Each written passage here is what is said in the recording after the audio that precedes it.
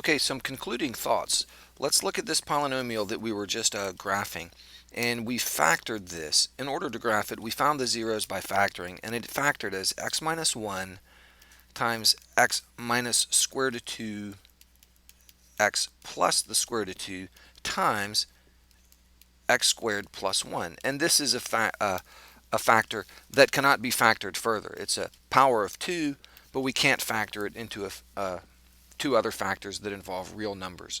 So what we have here, all these other factors are powers of 1. See, that's a x to the 1, x to the 1, x to the 1. So these would be called linear factors, and this is a quadratic factor that is irreducible. And it turns out it can be shown mathematically that every polynomial that has real number coefficients, we're not getting into polynomials that have complex number coefficients right now, but every polynomial with real number coefficients can be factored into a product of linear factors and irreducible quadratics. Now, factoring it might not be easy. The factors might not be obvious or easy to find, but ultimately any polynomial with real number coefficients could presumably be factored into linear factors or irreducible quadratics. And there's another corollary to that idea which is important, and that says that any polynomial of odd degree has at least one zero. And that's a pretty important idea. Look at this. Here's our x and y axes. Okay, now think about this. A polynomial that is a quadratic, and we've graphed plenty of quadratics, could look like this, right? It might not cross the x-axis at all. It might not have any zeros. Or it could look like this. Okay, and of course it could cross it. It could touch the x-axis in one place or in two. Okay, but it's possible that it has no zeros at all. Okay, but think about a polynomial that has an odd degree. Like what if you had y equals 2x cubed minus 6x squared plus 2? Well, this x cubed, if x is extremely negative, this function has to be zooming way down. And if x is extremely positive, this function has to be zooming way up.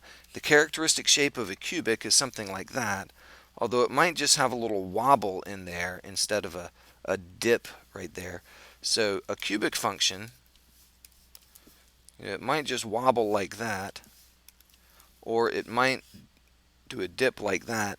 Even if it does a dip, though, the dip might not cross the axis. But there's no way to draw a cubic and avoid crossing the axis altogether. See that right there?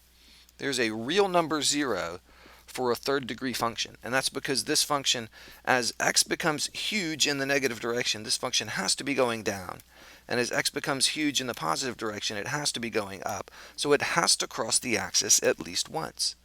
You can avoid crossing the axis here by manipulating these coefficients such that it doesn't dip down below the axis, but you can't avoid crossing it altogether. Same thing with the function of degree 5.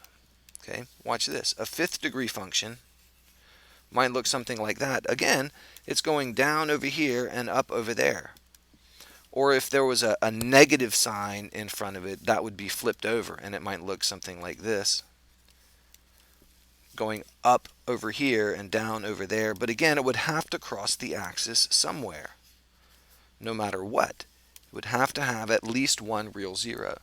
So while a parabola doesn't necessarily cross the axis, and a fourth degree function doesn't necessarily cross the axis either, or a sixth degree or degree 8, a function of odd degree must have at least one 0. One or more possibly, but at least one.